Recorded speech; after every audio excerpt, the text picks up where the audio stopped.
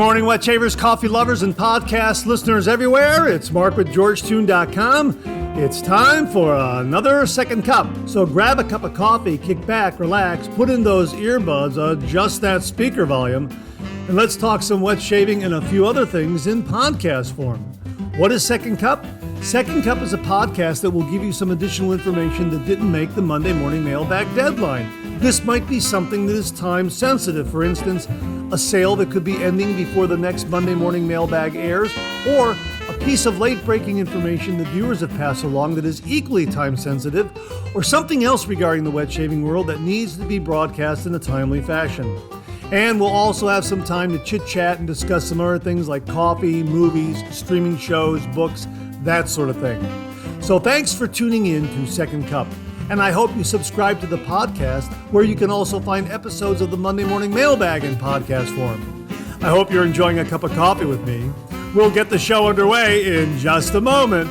Thanks for joining me.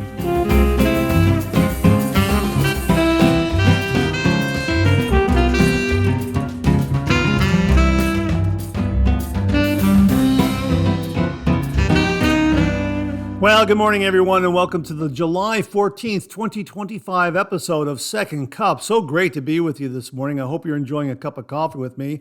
I'm enjoying Wawa coffee right here. This came courtesy of viewer James Sefton. Wawa, very, very big on the East Coast, convenience store, fueling plaza, and the coffee is terrific, and we're enjoying it in our Buc-ee's coffee mug that came straight out of Texas, courtesy of viewer Barry Bedford. Barry, thank you again very, very much. Let me get a sip. Hang on 1 minute.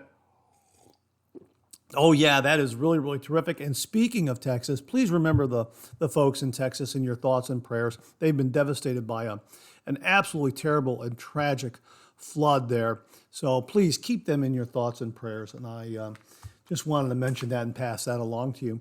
How are you doing this morning? I hope everything is great where you're at. The time I'm recording this, it's about 80 degrees and the humidity is 80%. Now, I'm not running my AC in my house. I've got my windows open, my front door, my back door is open. You might hear some noise in the background if a neighbor starts up a lawnmower, or if or if kids are running around and yelling and playing and that sort of thing. You might hear that on the microphone, even though I have the microphone set to a directional mode to where it will kind of cancel out all the other ambient sound in the background, but it still might get through. Some nice breezes blowing through the house. And again, 80 degrees, 80% humidity, not too uncomfortable. Yesterday, it was about 92 degrees, but the humidity was lower. The humidity was like, 55, 60%, something like that. And the reason why I mention that is because I had a little bit of a painting project that I had to attend to. I had to do some painting on my garage trim. My garage has some trim that needed to be painted.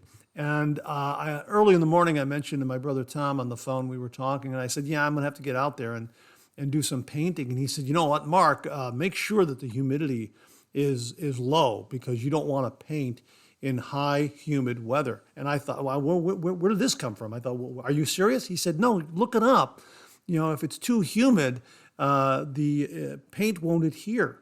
And I thought, okay, well, I'll look it up. And sure enough, you want to paint in an environment where the humidity is 70% or lower. And luckily, as I said, even though it was a hot, warm summer day, about 90 degrees, 92 degrees, something like that, the humidity was lower, so that at about 58, 60%, somewhere 55 to 60%, somewhere in there, it was fluctuating a little bit, I was able to get my painting done. And I got to be honest with you, I had a great time doing it. There is something about laying on a fresh coat of paint onto wood, whether it's trim or wooden siding, whatever it is you're painting. There is something so satisfying about that. Now, the actual setup to get things ready to actually start painting, that's kind of not very fun. Setting things up, laying down the newspaper and, maybe scraping some of the old paint off and that sort of thing. But the actual process of just taking that brush and dipping it into that can of paint and just laying a nice coat of paint onto that surface that needs to be painted. Boy, that is very satisfying. And the paint product that I used, I can't remember the name of it, but I bought it at Home Depot. It had the primer and the base coat combined in one, so I didn't have to prime and then wait for it to dry and then paint over that. It's all in one step, which is really, really great. And as I say, it was just so satisfying just to see that paint get painted on that surface and seal everything up. Boy, that was, like I say, it was just so satisfying. Now, I'm just curious, do you feel the same way? Have you ever done any of these painting projects around the house? And do you have that same satisfying feeling, that same feel of satisfaction from laying on a coat of paint? Yeah, I sure did. It was just really, really terrific. And again, even though it was hot, the humidity was lower, so it was very comfortable. Speaking of which, I have not run my air conditioner all summer so far. Now, it does need to be recharged, and I have just decided not to have it recharged. I think it needs to be serviced and some parts need to be replaced because a couple of seasons ago, I had it recharged. I was running it. It was great. It was cooling the house. And then after a while, it was just leaking out. And so some piping or some valves or something have to be replaced. And I've decided just to go ahead and just do without air conditioning. And I have to be honest with you, my body has adjusted very well to it. I've enjoyed it. And the other thing that has come into play are cold water shaves. And that has been absolutely fabulous. Now, again, I have high ceilings in my house. You could probably hear the echo here a little bit. And I have ceiling fans, and it really moves the air around. And with the doors and windows open throughout the house, I get these nice cross ventilation breezes going through. And I have that at night as well. The ceiling fan above, a ceiling fan in the bedroom, right above the bed, and the windows are open. And the breeze comes in and everything cools down very nicely. But I think the whole point here is that my body has adjusted, and I've become acclimated to the warmer temperatures. And I have often heard, and correct me if I'm wrong here, maybe you've heard this as well, that perhaps being in an air-conditioned environment too long during the summer could lead to a summer cold because you're going from a very, very cool environment outside into really, really hot weather, and then from hot back into a cool environment. And that kind of disrupts your, for lack of a better term, your body chemistry, I guess you could say, in some ways. So that's why I'm kind of doing without the air conditioning. As I'm talking to you right now, another really cool breeze coming through from the back door here that goes onto the deck, the screen door that goes onto the deck, and it's just kind of coming through, and I could just feel it. It's really wonderful, very refreshing. And again, cold water shaves have been very enjoyable living in in this environment. I have really, really enjoyed it. And of course, I enjoy seeing the electric bill as well. Because, if you're not running that AC constantly, that electric bill isn't going to be sky high. So that's been another upside to it. So just wanted to mention that to you. Great to be with you this morning. I hope you're enjoying a cup of coffee with me. Again, we've got Wawa Coffee, thanks to James Sefton, and a Bucky's coffee mug, thanks to Barry Bedford. Really, really do appreciate that. And once again, please remember all the folks in Texas who are enduring these tragic floods. Keep them in your thoughts and prayers. All right, let's pay a few bills and we'll get the show underway in just a moment. Well, viewer Nate Jackson has sent along an email that contains a link to an article from the Stars and Stripes. And this article deals with a new policy that the Army is implementing regarding shaving and grooming requirements. He writes here, "Hi Mark, Nate here. I found this article in the Stars and Stripes and thought it might interest you. So glad to hear and see that you are doing better. Take care, Nate." Nate, thank you very, very much for that. I really do appreciate that. And before I forget, Nate is an Army veteran. So Nate, thank you very, very much for your service. Really do appreciate that. Let me get to the article and read this to you. Now, the reason why I'm going to read it to you is because the Stars and Stripes If you don't subscribe to it, they allow maybe 2 or 3 free articles up there, and then after that, it goes behind a paywall. So I thought I'd read it to you in case, for some reason, you get up there and you're not able to get past the paywall, or maybe they've changed their policy on viewing articles, that sort of thing. Anyhow, here's the headline: The Army wants to train soldiers to shave. Those who can't cut it could get kicked out. How about that? This is by Matthew Adams, Stars and Stripes, dated July 8th, 2025. Washington.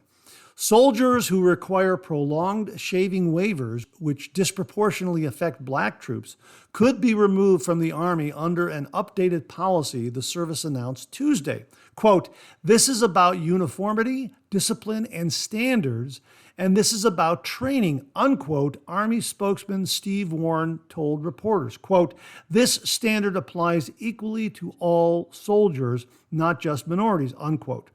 More than 40,000 soldiers have temporary shaving waivers, nearly double the amount from 5 years ago, he said.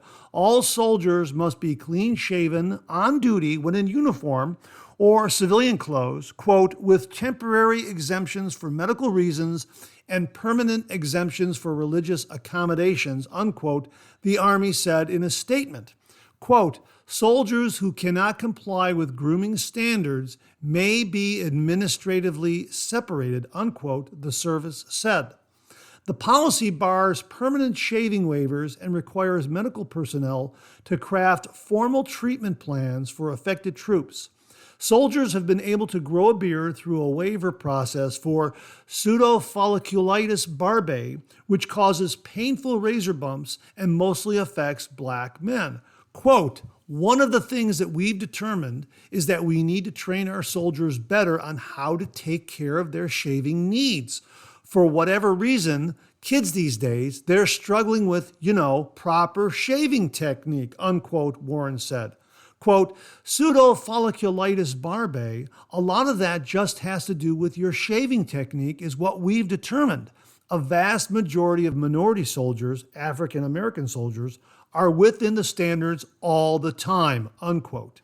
The new policy requires exemptions for non-religious reasons to be supported by a temporary medical profile and an exception to policy, or ETP, memo granted by a lieutenant colonel in the chain of command, the service said. All religious accommodations under this directive will be reviewed in the next 90 days, Warren said. Army Secretary Dan Driscoll signed the policy Monday, and it went into effect the same day, said Lieutenant Colonel Orlandon Howard, an Army spokesman. All military services have faced growing legal and internal pressure to relax grooming standards as debates on social media and in various other forums highlight the struggle to balance tradition and uniformity with individual rights. Military officials have argued facial hair could prevent a perfect seal of a gas mask. Defense Secretary Pete Hegseth on March 12 ordered a services-wide review of existing standards for physical fitness, body composition, and grooming. The review of grooming standards will also include the wearing of beards, according to the memo. The following day, the Marines enacted a policy that troops diagnosed with pseudofolliculitis barbae could be separated from the service if grooming exceptions are needed beyond 1 year. For years, military branches have carried out various studies on the beard issue to determine whether regulations could be loosened for the rank and file. So far, no branch has taken the step beyond special exceptions. In the Army, clean shaves became a requirement just before World War I, when chemical weapons were deemed a serious threat. The Navy and the Coast Guard were the last branches to ban beards, doing so in 1985 and 1986, respectively. Quote, "This update reinforces our culture that fosters discipline, and discipline equals readiness," unquote, Sergeant Major of the Army Michael Weimer said in a statement. Quote, "Through a phased implementation, we are working with providers through commanders to effectively address grooming standards to ensure we maintain a professional force," unquote. How about that? That was really an interesting article, and it discusses a lot of what we discussed here on the channel. Of course, we've always said your face, your rules, because everyone's skin and beard type is different. Now, in speaking with Nate about this, we had an email exchange, and the first thing that came to my mind was the bevel razor. The bevel razor was created by a black gentleman and entrepreneur to address the shaving needs of black men. Now, here's what they write on the Bevel website here. Bevel is the first and only head-to-toe grooming brand crafted for black men, customized with the best ingredients for our skin and textured hair. That's the Bevel difference. Yeah, there you go. If I were Bevel right now, I would be contacting the Department of Defense and offering their entire line of shaving and grooming products to the Army, to sell to the Army so that they could then distribute these products to a lot of the black soldiers there, the other minority soldiers that are having these challenges in grooming and shaving. And perhaps the difference could be the kind of razor that these minority soldiers are using. The Bevel addresses that issue, and perhaps if they were issued a Bevel razor, it would solve the problem. And I have not tried a Bevel razor. I really want to try one. I really, really do. I want to see how mild it is, how efficient it is. It looks like a terrific razor, and when I first saw it, I thought it was an absolutely fantastic idea. Because again, as we say, your face, your rules, and everyone's skin type and beard type is different, as I just mentioned. And selecting a razor to fit your skin and beard type could make all the difference. And if Bevel is designed for the purpose of addressing the shaving needs of black men, this could make all the difference within the Army. And again, I hope whoever is out there, especially in the Bevel Corporation, if you hear this, get on the phone right now and contact the Department of Defense and offer your shaving products to them. This could solve the problem altogether. And the other thing the other razor that came to mind was the Calypso from Global Shave Club. And Sheldon Quinn. That was a number of years ago. We reviewed it on the channel. It was an open comb razor, and Sheldon was marketing that razor specifically to black men and other minority shavers out there. And he has an endorsement from a gentleman who absolutely loves the razor. And it got rid of his razor bumps and addressed all of his shaving needs. So I think part of the solution here is proper shaving technique. And I think the Army probably should implement a program on how to shave with a cartridge razor, how to shave with a safety razor, how to shave with an electric razor, those kinds of things. And I think they also need to get the proper shaving equipment to those soldiers who have more of a challenge when shaving. Now, this brings to mind the Merkur 34C. I happen to have mine right here. This is another razor. It's a two-piece razor. There it is. You can hear me taking it apart and putting it back together here. This is a terrific razor. It's very mild. It has some nice efficiency. As I've often mentioned, it requires strict shaving technique to hit the perfect angle for maximum efficiency. And that's why I say it's a great razor for beginners to learn the traditional wet shave, because it teaches you the proper angle of approach. That is to say, if you're on the proper angle, you get the maximum efficiency. If you're not on the proper angle, you get a decent shave, but it'll be the difference between, say, a BBS and darn fine shave. You still get a great shave with it. But why do I mention the 34C? Because many reviews I've read are by Army soldiers. They love this razor. They're able to stay within regulations. They get a nice mild shave. They're not nicking or cutting themselves. And they really, really like the razor a lot. As a matter of fact, I just happen to think that if I were to go on vacation, I would want to take a mild razor so as to not to nick or cut myself while I'm traveling. And I think the Mercur 34C would definitely fit the bill. It's just a beautifully mild razor, and it just delivers a nice shave. So maybe the answer to all of this, again, is the Army should have a program where they train their soldiers in proper shaving technique, and they also get them the proper shaving gear into their hands that addresses their specific needs when it comes to their skin and beard type. And again, the bevel razor could do this. The Mercur 34C could do this. Perhaps some cartridge razors might do this, but then again, cartridge razors could be the problem. These multi-blade cartridge heads cut the hair beneath the skin, and that leads to razor bumps. So maybe the Army has to look at the actual gear that is being issued or used by soldiers. And again, it goes back to proper shaving technique and maybe using a single blade DE razor that could solve the problem. That's just a guess on my part. But again, I think maybe getting a bevel razor, a Mercur 34C, or any other mild razor and instructing soldiers on how to shave, do a 2-pass and 3-pass shave, light touch. Let the razor do all the work, gentlemen. 30-degree angle, that sort of thing. Get a good artisan shave soap, a good shaving cream. I think a lot of what young soldiers are using is just goo out of a can and a cartridge razor, and they're having problems. I would encourage the Army to instruct their soldiers in proper shaving technique. And here's what else Nate wrote, which kind of falls into what we're discussing here.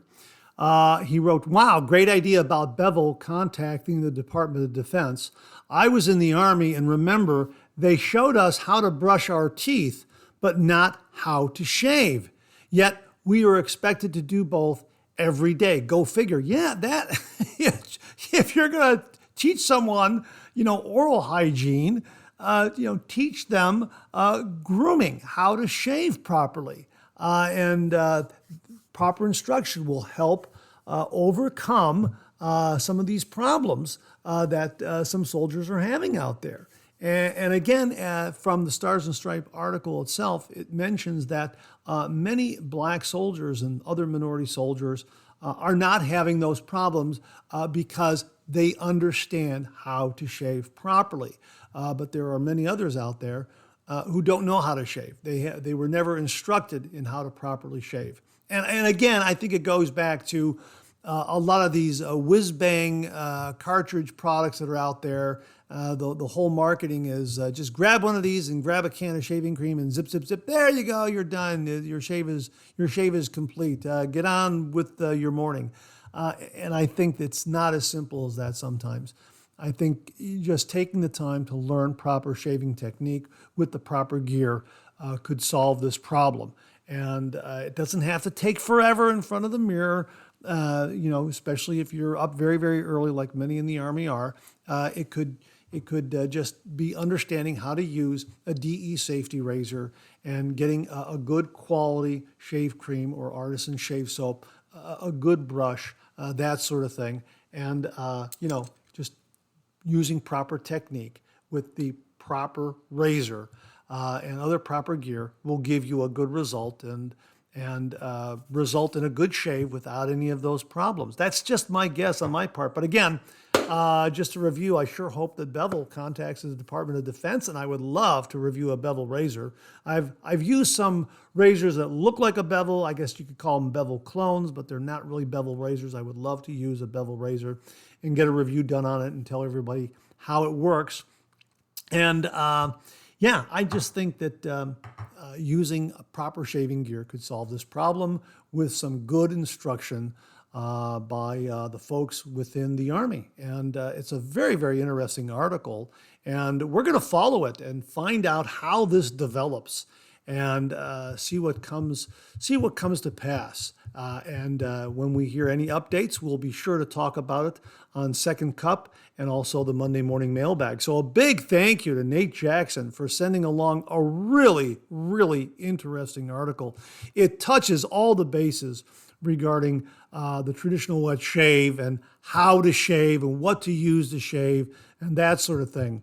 And I sure hope that the Army contacts Bevel and talks to them about getting some of that shaving gear that addresses the shaving needs of black soldiers and black men. I think that would be absolutely awesome.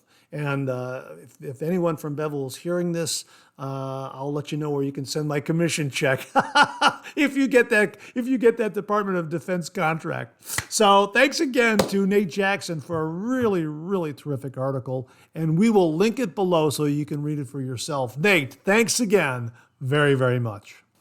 Now, since we've been talking about proper shaving technique and having the proper and correct piece of shaving gear in hand to give you a good shave without any nicks, cuts, razor bumps, irritation, that sort of thing.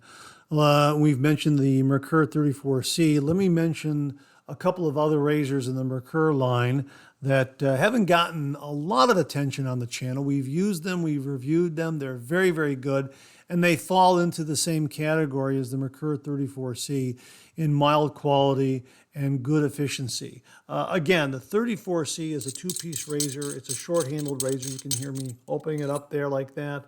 Has a long single center post with a thread on it and a couple of other posts that will line up with the holes of the base plate that's attached to the handle. And all you do is put it in there like that and tighten it down, and you're good to go. A terrific, terrific razor. The other two Merkur razors I wanted to mention that are nice and mild, good efficiency, have a little wider angle of approach for the efficiency. The first is the Merkur 23C. This is a three-piece razor. It's closed comb. It is a longer handled razor. The handle is a bit thinner than the 34C, and it delivers a wonderful, wonderful shave. And again, three-piece razor I'm opening up there, and again, it's a hole and post configuration of the cap and the base plate. And it has just a wonderful classic knurling to it, similar to the 34C. It feels great in the hand, looks great, beautifully chromed. Like this one a lot. I'm going to shave with it later on this week because you know what? This whole discussion, and thanks again to Nate, reminded me of all the great razors are out there, especially these mild, wonderfully mild razors that very mild, good efficiency. The next one is the Merkur 25C. This is the open comb version of the 23C. Same kind of handle, same cap, but the base plate is an open comb base plate, and it really is beautifully chromed. Again, a post and hole configuration, and really, really nice. Now, the base plate is a little bit different than the base plate of the 23C in that a Merkur base plate has a very distinctive look. There's like a little bit of a step from the crown down to the sides as you look at the side profile of it. This one doesn't have that. The base plate of the open comb doesn't have that. It just kind of has a nice curved profile as you look at it from the side. But again, delivers a really, really nice, mild, efficient shave. And all three of these razors, the 34C, the 23C, and the 25C, are wonderfully mild, have nice efficiency, and will give great, great shaves. And I hope the Army also looks at these razors as well. They're all made in Germany, and they're all very, very well made. One other razor we need to discuss and mention is the Müller R89. Boy, this is a marvelous razor. Again, less than $50, made in Germany, beautifully made, and beautifully chromed. The one I'm holding here is a chrome and black, has a beautiful black knurled handle, like a micro knurling on it. This was very kindly sent to the channel by viewer Mark Bagwell, the late, great Mark Bagwell. How very, very thoughtful of him. He loved the R89 because it's a nice, mild razor. It will just give you a great shave without any nicks or cuts, no irritation. It's a nice, mild razor. And again, when you do the traditional wet shave, you're taking your beard down in stages. So I think a lot of younger guys out there expect one pass and then they're going to be done. And I think that's the allure of a cartridge razor. Oh, hey, you get 4 blades in the cartridge head. You just take one swipe and one pass and you're done. When I think that's going to lead to a lot of problems. Whereas with a DE safety razor with a single blade, a DE blade in the razor head, you learn proper shaving technique and you learn to do 2 or 3 passes and a little bit of a touch-up.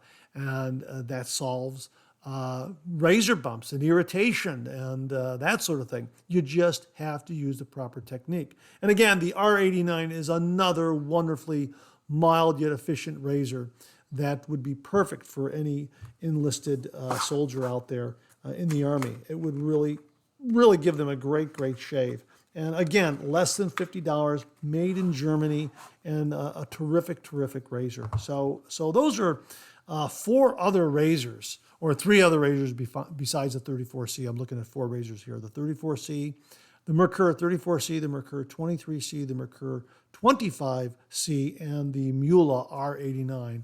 Any one of those razors will give you a beautifully, beautifully mild shave with no nicks, no cuts, no irritation, provided you use proper shaving technique. 30 degrees, a light touch, let the razor do all the work, gentlemen, that sort of thing.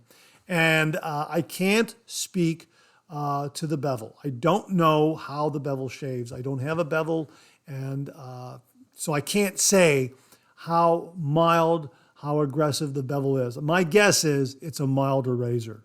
And I sure would love to get a bevel and review it and talk about it more because I thought it was a great idea when I first saw it released. I thought it was an absolutely fantastic idea by a gentleman who was filling a need. Find a need, fill the need. That's classic. That's just classic marketing in launching a product. Find a need and fill it, and success is assured.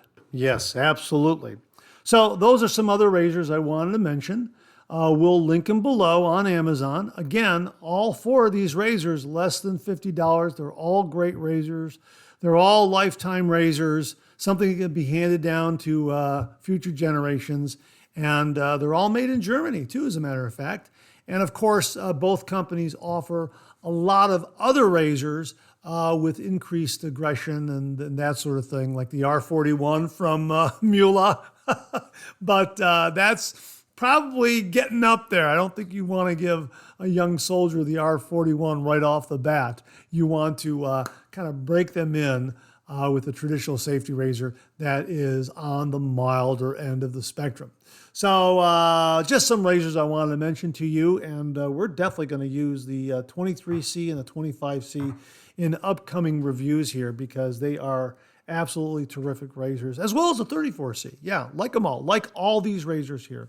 Again, great price point, less than $50, made in Germany, beautifully manufactured, mild and efficient, and I think would go a long way in solving the shaving issue that the Army is trying to solve right now. Get the right razor in the soldier's hand and show them how to properly use it. And again, we'll have links below. Now, before I get out of here, I'm going to recommend a movie to you. And since we've been talking about the Army for the duration of today's Second Cup podcast, I thought I'd recommend a really, really terrific movie dealing with World War II. I started watching it again the other night because I really enjoy it. It's from 2014. It's called The Monuments Men. It stars George Clooney. It's also directed by George Clooney. But here's what they have to say about it on Wikipedia. The Monuments Men is a 2014 war film directed by George Clooney and written and produced by Clooney and Grant Heslov. The film stars an ensemble cast including Clooney, Matt Damon, Bill Murray, John Goodman, Jean Dujardin, Bob Balaban, Hugh Bonneville, and Kate Blanchett. The film is based on the 2007 nonfiction book, The Monuments Men, Allied Heroes, Nazi Thieves, and the Greatest Treasure Hunt in History by Robert M. Etzel and Brett Witter. It follows an allied group from the Monuments, Fine Arts, and Archives program that is given the task of finding and saving pieces of art and other culturally important items before Nazis destroy or steal them during World War II. I love the overall look of the movie. I love the storyline. I love the acting. The soundtrack is terrific. And it's an untold story. We've never heard about these unsung heroes from World War II. And they did something that was very significant. They retrieved all these wonderful art treasures that the Nazis had stolen, and they gave them back to their rightful owners and preserved these culturally significant art masterpieces. It really is a terrific, terrific movie. And again, there's something there within this movie that I just connect with. And I just like the overall look of it, and the cast is great. And while some critics really didn't care for it, I have to tell you, I really like this movie a lot. And I just think it's so well made, and I think it has so much going for it. And I think it's one of those movies, now it's like, 11 years old now? I think it's one of those movies that many, many people out there will look back at this and rediscover it and say, wow, how did I miss this movie? I think it's going to become a classic in the sense that people are going to rediscover it years later and love it as much as I love it right now. So check it out. I think we've talked about it on the show before. But again, because of our discussion about the Army and shaving, I thought I'd recommend it once more. From 2014, The Monuments Men, starring George Clooney, Matt Damon, John Goodman, Bill Murray, and others, directed by George Clooney. We'll have a link below where you can find it on Amazon. Give it a look. And that wraps up another Second Cup. Thanks so much for tuning in again. I really do appreciate it. I sure hope you enjoyed today's show. If you did, please share, please subscribe, and pass it along to a fellow wet shaver or friend. My thanks to everyone who commented and contributed to today's show.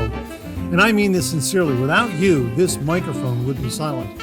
If Second Cup or the Monday Morning Mailbag aren't showing up in your regular podcast feed, please drop me a line at mondaymailbag@gmail.com, and we'll try to get it all sorted out. So again, thank you all very much. I look forward to getting together with you again on these podcast airwaves. Until then, enjoy the day, enjoy your shave, and enjoy that second cup.